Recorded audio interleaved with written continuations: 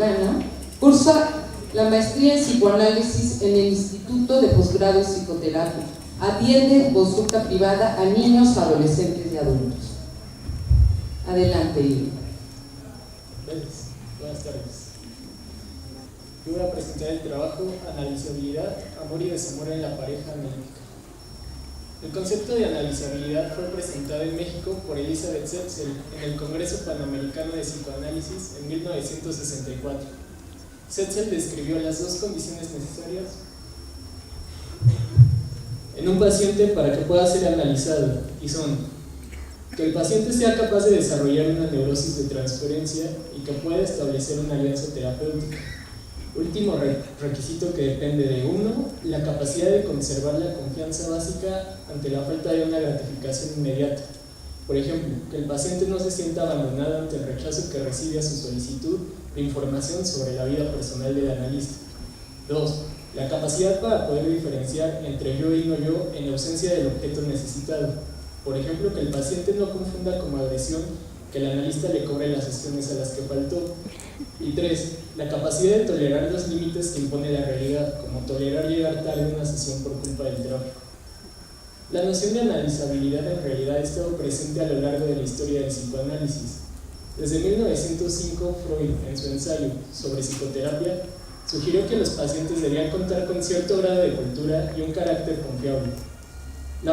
La ampliación del alcance práctico y teórico del psicoanálisis complicó el cometido de establecer una serie de criterios sobre las condiciones óptimas con las que un paciente debe de contar para iniciar un tratamiento.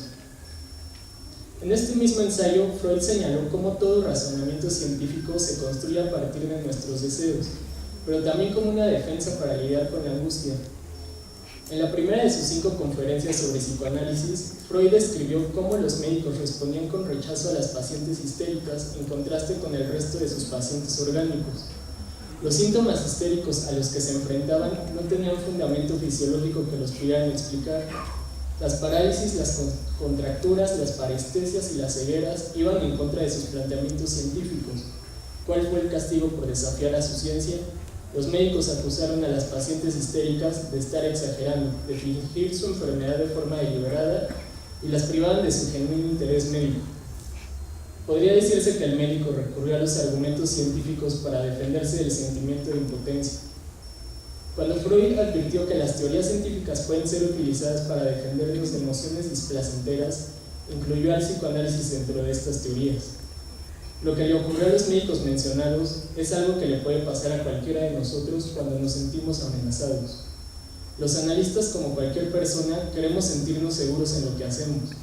Cuando no lo estamos, corremos el riesgo de resguardarnos en la teoría para explicar por qué el paciente no está respondiendo al tratamiento como esperaríamos.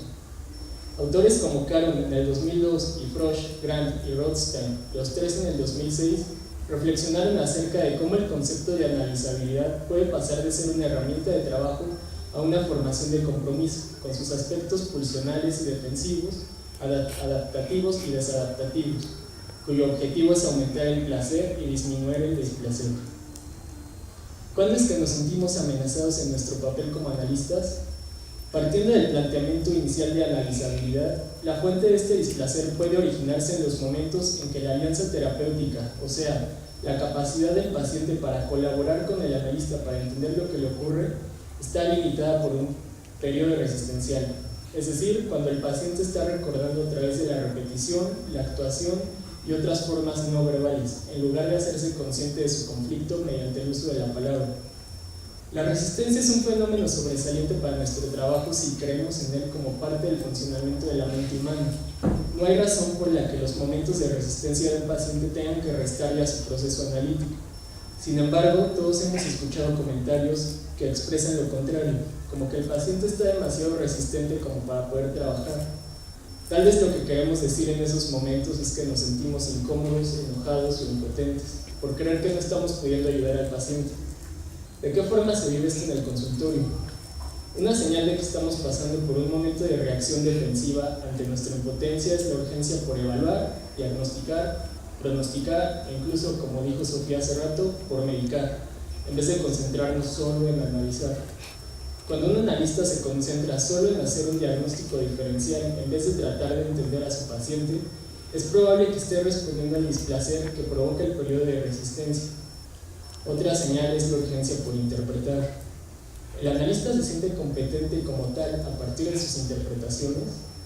Lo presionado que se pueda sentir por interpretar probablemente sea proporcional a la dificultad que tiene para tolerar la frecuencia y la duración de los episodios de resistencia y de desorganización del paciente. Aquí se forma un círculo vicioso. El analista intenta interpretar la resistencia del paciente, pero si la alianza terapéutica es precaria, la interpretación no solo es ineficaz, sino que puede ser nociva para el tratamiento. Esto incrementa el displacer del analista y lo orilla aún más a sentirse obligado a interpretar, o finalmente a considerar que el paciente no es analizable. Es en este momento que el concepto deja de servir como herramienta, pues reduce nuestra visión del problema a una sola perspectiva y elimina el resto de los significados que podría haber, excepto el que nos hace sentir mejor. En recordar, repetir y elaborar, Freud dejó claro que algunos conflictos tienen que ser actuados antes de poder ser recordados y comprendidos. Dijo que por momentos el analista puede sentir que ya no hay a dónde ir y que el tratamiento no puede avanzar más, pero aseguró que es justo esto de lo que se trata el tratamiento. El analista debe de ayudar a su paciente a atravesar, a elaborar estas dificultades. Es una prueba de paciencia para ambos. Entonces, un elemento crucial para que el analista pueda sobreponerse a este displacer es la tolerancia que tenga no solo ante los momentos en que el paciente repite su conflicto en el consultorio antes de hacerse consciente, sino también la tolerancia que tenga consigo mismo como terapeuta. Esto se vuelve indispensable cuando el proceso de internalización del análisis está teniendo lugar. El terapeuta debe ser amable consigo mismo, para que el paciente se atreva a hacerlo con él y con los demás. A su vez, el analista no solo debe hacer la labor de conservar la esperanza, sino también evocarla en la persona con la que trabaja. Al centro de toda formación psicoanalítica está el propio análisis. El análisis personal es esencial para entender y evitar el uso defensivo de nuestra teoría. Además, ninguna cantidad de instrucción técnica o teórica puede proveernos de la convicción y la esperanza que nosotros y nuestros pacientes necesitamos para realizar nuestra labor. Un paciente en condiciones para llevar a cabo un tratamiento no es alguien sin problemas serios, que no hace llamadas a medianoche y que no tiene emergencias o crisis inesperadas. Tampoco es alguien que viene al menos 4 o 5 veces por semana. Un paciente en condiciones para trabajar con nosotros es alguien que está pasando por un momento difícil y que está dispuesto por el simple hecho de que se siente mal. La utilidad que el concepto de analizabilidad tiene, en mi opinión, es que nos permite valorar las dificultades que puedan presentarse o por las que actualmente está atravesando un tratamiento, y no tendría por qué limitar nuestro trabajo. En conclusión, la pregunta no es si el paciente es analizable. La verdadera pregunta es qué es lo que se necesita hacer para lograr que la persona a la que estamos atendiendo se pueda analizar. Muchas gracias.